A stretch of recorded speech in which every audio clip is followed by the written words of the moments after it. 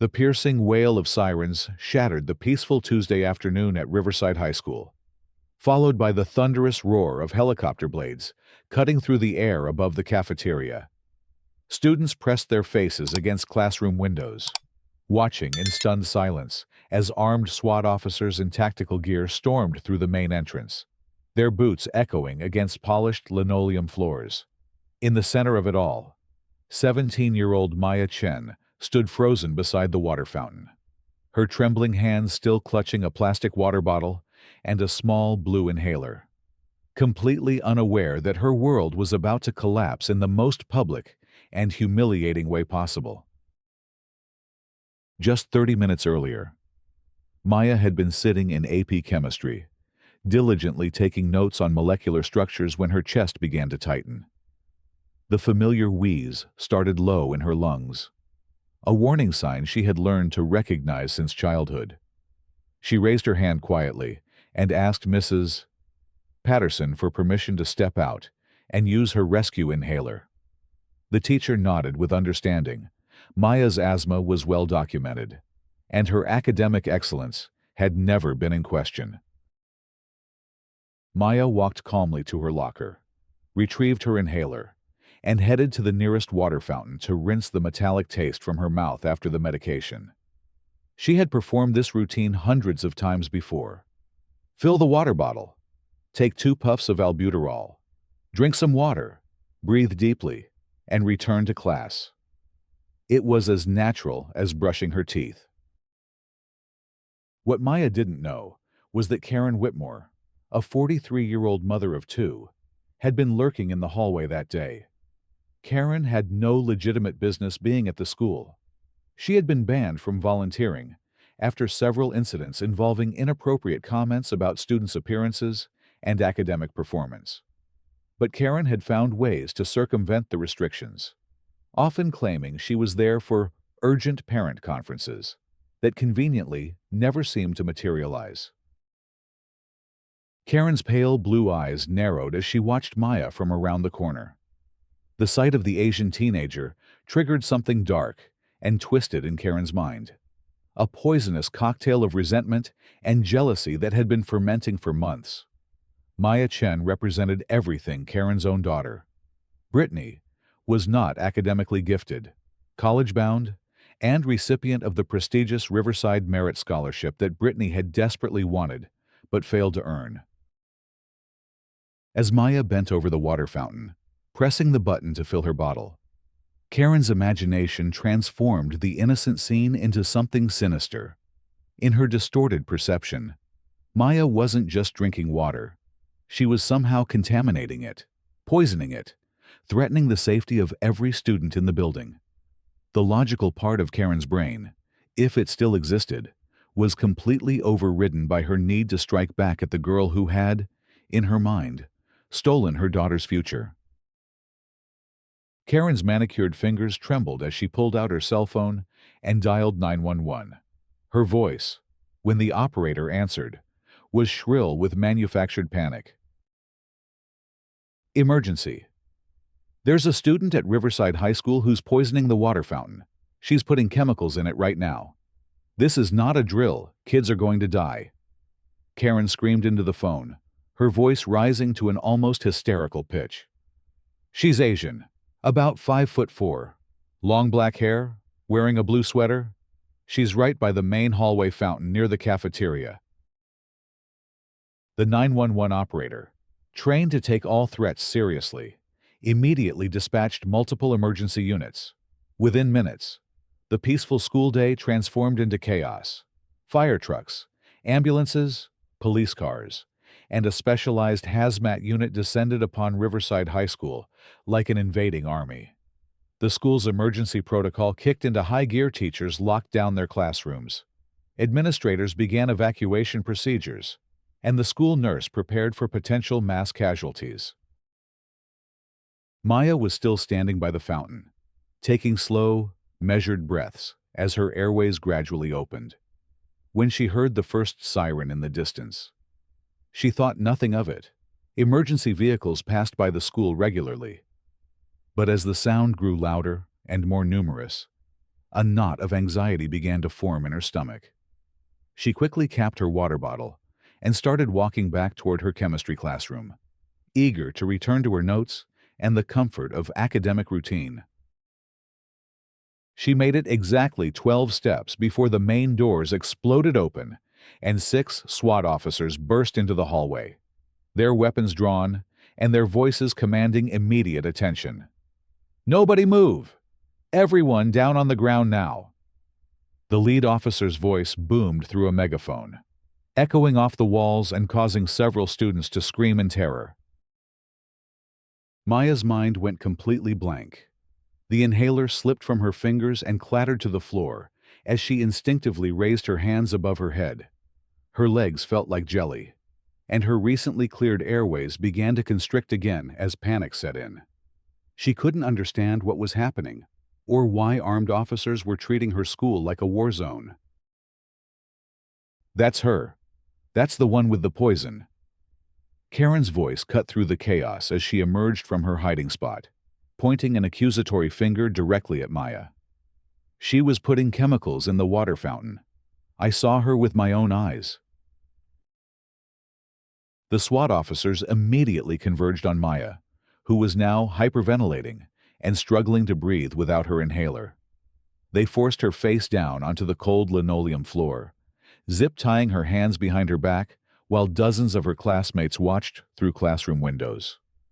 Tears streamed down Maya's face as she tried to explain that she was just taking her asthma medication, but her words came out as gasps and sobs that no one seemed interested in hearing. "Please," Maya managed to whisper as an officer roughly searched her backpack. "I can't breathe. I need my inhaler. I have asthma."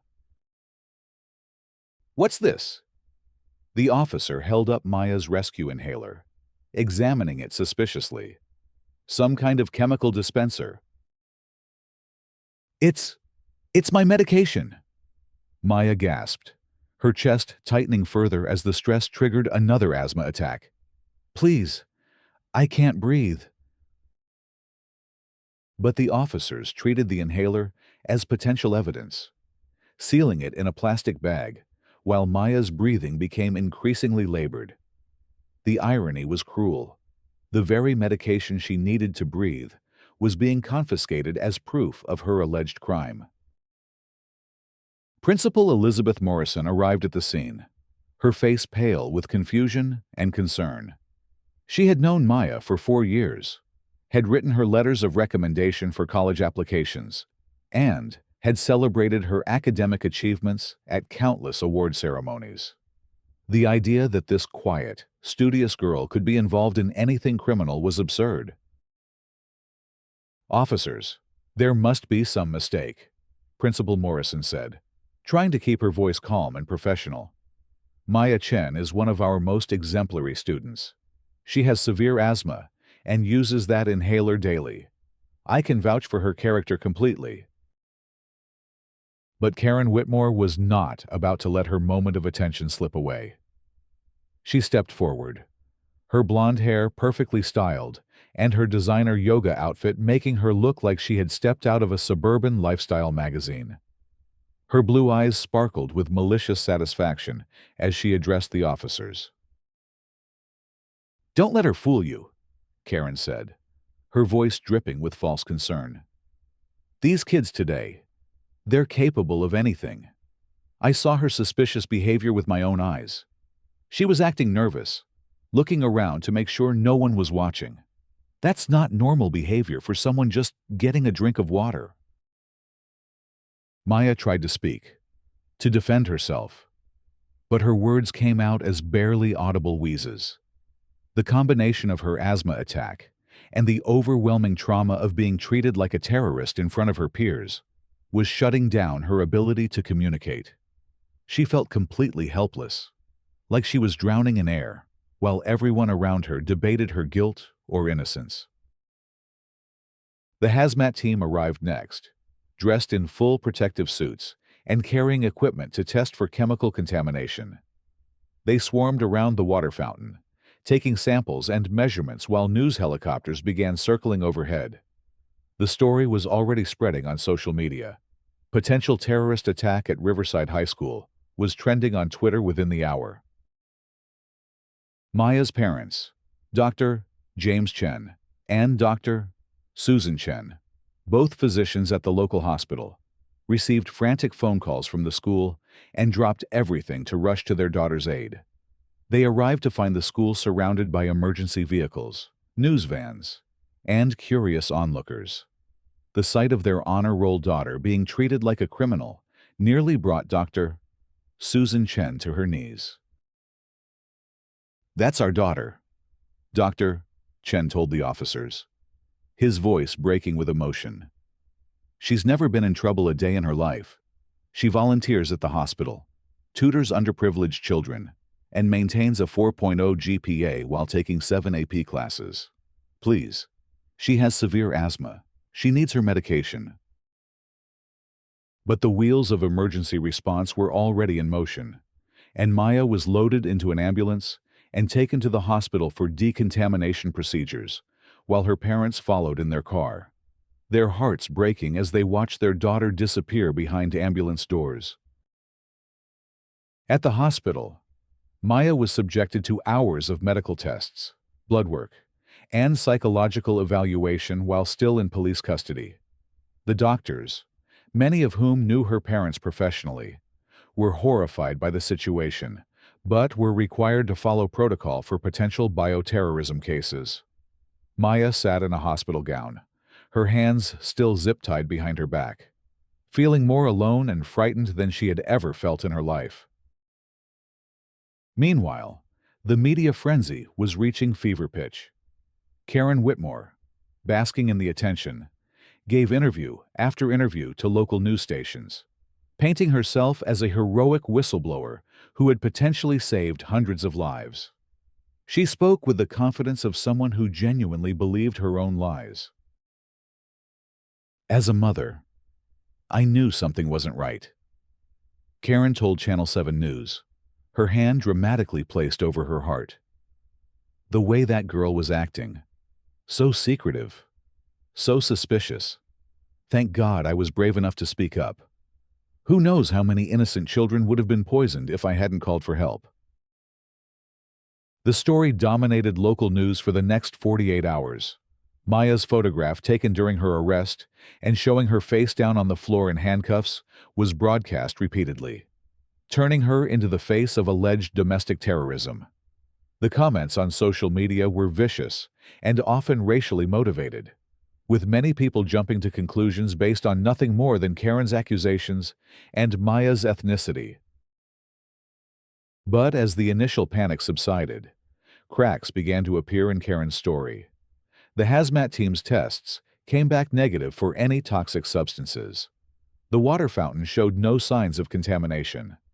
Security footage from the school's cameras was being reviewed, and what it revealed would soon turn Karen's moment of triumph into a nightmare of legal consequences. Detective Maria Rodriguez, a seasoned investigator with the local police department, was assigned to review the evidence. She had been troubled by the case from the beginning, the dramatic nature of Karen's accusations, the lack of any apparent motive for Maya to commit such a crime, and the girl's exemplary record all raised red flags. When she finally sat down to watch the security footage from that Tuesday afternoon, her suspicions were confirmed in the most damning way possible. The footage clearly showed Maya walking calmly to her locker, retrieving her inhaler, and proceeding to the water fountain. There was nothing suspicious about her behavior. She moved with the casual confidence of someone performing a routine task. She pressed the button on the water fountain to fill her bottle, took 2 puffs from her inhaler, drank some water, and started walking back toward her classroom. At no point did she add anything to the water fountain or engage in any behavior that could reasonably be interpreted as threatening. More importantly, the footage also captured Karen Whitmore lurking in the hallway, clearly watching Maya with intense focus. The timestamp showed that Karen had been following Maya's movements for several minutes before making her 911 call. The deliberate nature of Karen's surveillance made it clear that this was not a case of mistaken perception, but rather a calculated attack on an innocent student. Detective Rodriguez immediately called an emergency meeting with the district attorney, school officials, and Maya's legal team. The evidence was overwhelming. Karen Whitmore had filed a false police report, caused a major emergency response that cost taxpayers over $200,000, and subjected an innocent teenager to public humiliation and trauma that would likely affect her for the rest of her life. Meanwhile, Maya was trying to return to some semblance of normal life. She had been released from custody after the initial tests came back negative. But the damage to her reputation and mental health was severe. She couldn't walk down the school hallway without feeling the stares and whispers of her classmates. Some students treated her like a pariah, while others offered sympathy that she found almost as difficult to bear. Maya's grades began to slip for the first time in her academic career. She was having nightmares about the arrest, panic attacks in crowded spaces, and difficulty concentrating on her studies. The scholarship that was supposed to guarantee her admission to Stanford University was now in jeopardy because of the lingering cloud of suspicion that followed her despite her innocence. Dr. and Mrs.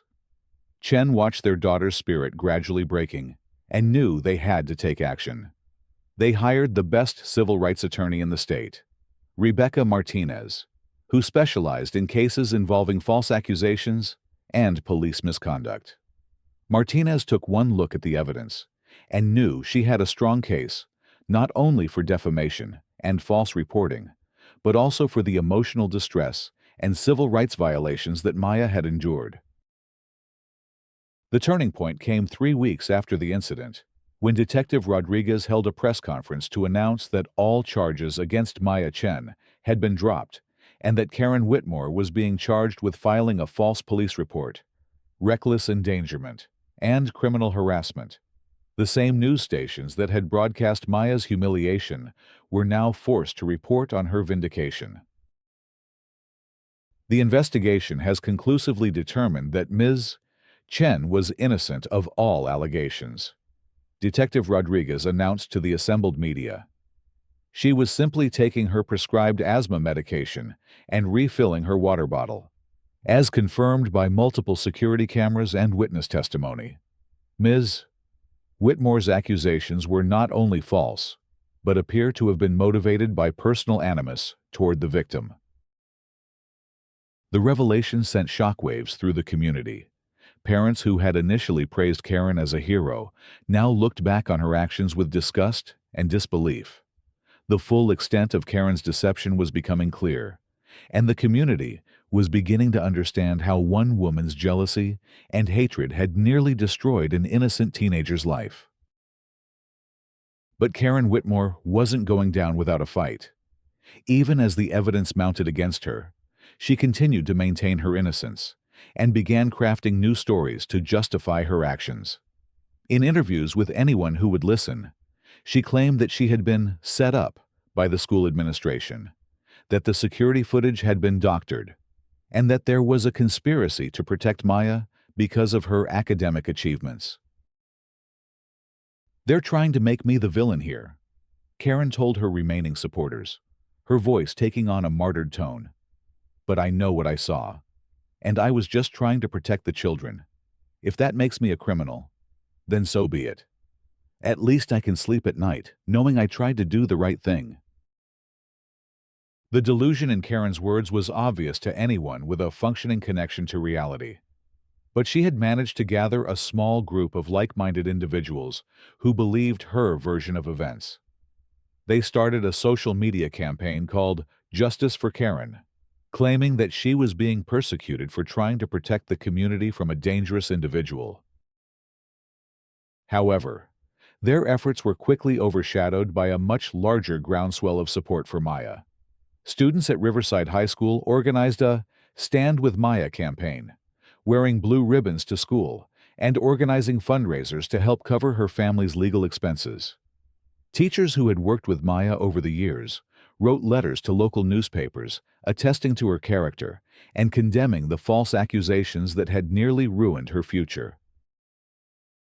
The most powerful show of support came from Maya's classmates, who organized a peaceful protest outside the school district's administrative offices. Over 500 students participated, carrying signs that read, "Innocent until proven guilty," "Stop Asian Hate," and "Maya is our hero." Their young voices chanted in unison, demanding justice for their friend and accountability for the woman who had tried to destroy her. Principal Morrison, deeply affected by what had happened to one of her best students, addressed the gathered crowd with tears in her eyes. "Maya Chen represents everything we hope to achieve in education," she said, her voice carrying across the parking lot. "She is kind, hardworking, brilliant, and dedicated to making the world a better place. What happened to her was an injustice that we must never allow to happen again." As the legal proceedings against Karen began in earnest, more disturbing details about her behavior began to emerge. Other parents came forward with stories of Karen's inappropriate comments about minority students, her attempts to have certain children removed from advanced classes, and her history of making unfounded accusations against families she deemed undesirable. A pattern of racist behavior and entitlement was becoming clear, painting Karen not as a concerned parent, but as a woman driven by prejudice and resentment. The civil lawsuit filed by Maya's family revealed the full extent of the damage caused by Karen's false accusations. Medical records showed that Maya had suffered severe anxiety and depression following the incident, requiring therapy and medication to cope with the trauma. Her academic performance had declined significantly, jeopardizing her college applications and scholarship opportunities. The family had also incurred significant legal expenses and lost income as Dr. and Mrs. Chen took time off work to support their daughter through the crisis. Attorney Rebecca Martinez painted a compelling picture of the harm caused by Karen's actions during the civil trial. This was not a simple case of mistaken identity or poor judgment. Martinez told the jury during her opening statement, "This was a calculated attack on a vulnerable teenager by an adult who should have known better." Karen Whitmore saw an opportunity to hurt someone she viewed as a threat to her own child's success, and she took it, regardless of the consequences for an innocent family. The evidence presented during the trial was overwhelming. Security footage showed Karen's deliberate surveillance of Maya. Phone records confirmed that she had made multiple calls to gather information about Maya's schedule and activities. And witness testimony revealed that Karen had been making threatening comments about Maya for months before the incident. Perhaps most damaging was testimony from Karen's own daughter, Brittany, who tearfully admitted that her mother had become obsessed with Maya after learning about the scholarship award. "She would talk about Maya every day," Brittany testified, her voice barely above a whisper.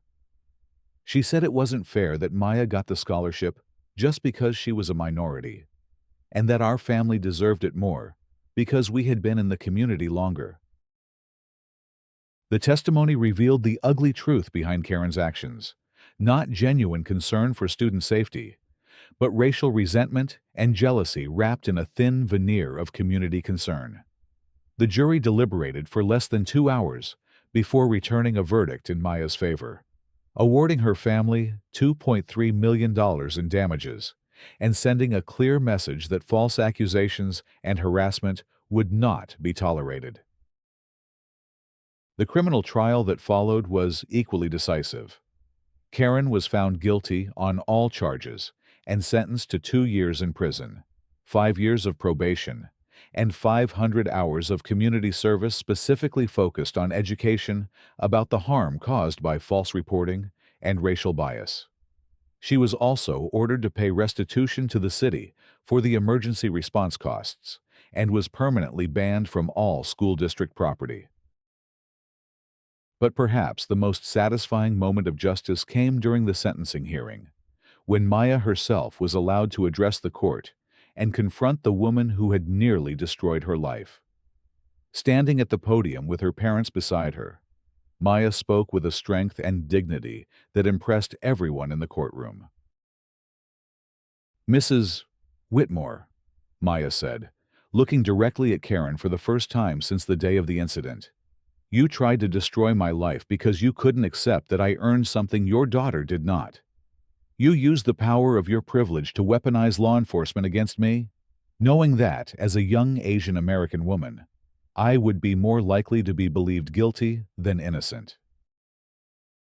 Maya's voice grew stronger as she continued. "But you failed. You failed because truth is more powerful than lies.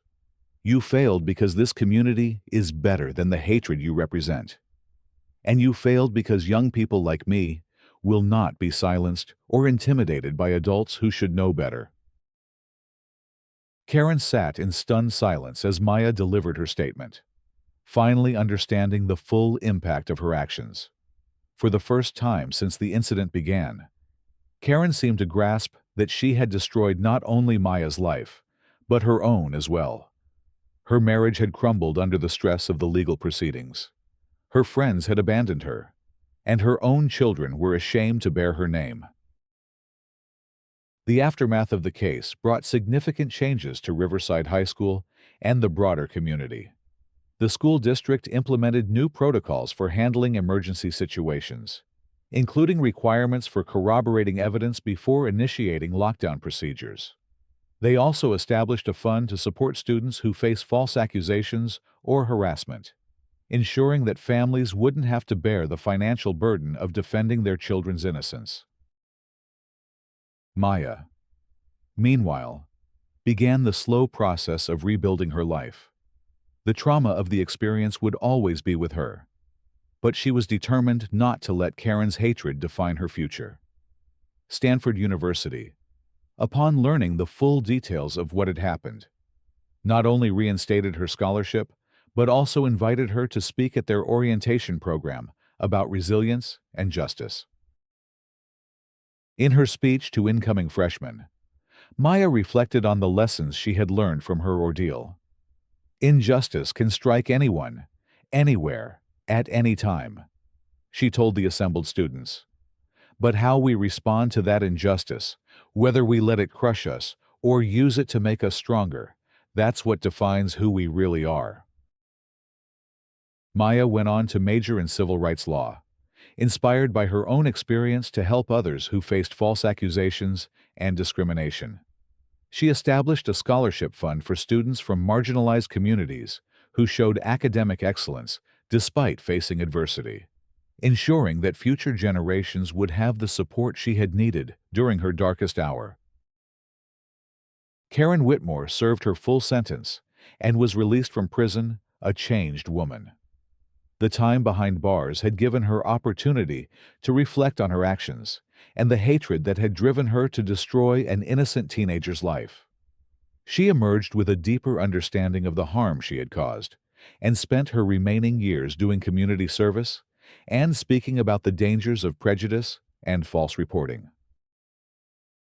The case became a landmark example of how false accusations can devastate lives and communities, but also how truth and justice can ultimately prevail when good people stand together against hatred and intolerance. Maya's story inspired legislation at the state level, requiring additional verification before emergency responses to schools, protecting other students from experiencing the trauma she had endured. Years later, as Maya walked across the stage to receive her law degree, she thought about that terrifying Tuesday afternoon when her world had nearly collapsed. The memory still hurt, but it no longer defined her. She had survived Karen's hatred and emerged stronger, more determined, and more committed to justice than ever before. In the end, Karen's attempt to destroy Maya had accomplished the opposite of what she intended. Instead of crushing a promising young woman's spirit, she had forged that spirit into something unbreakable.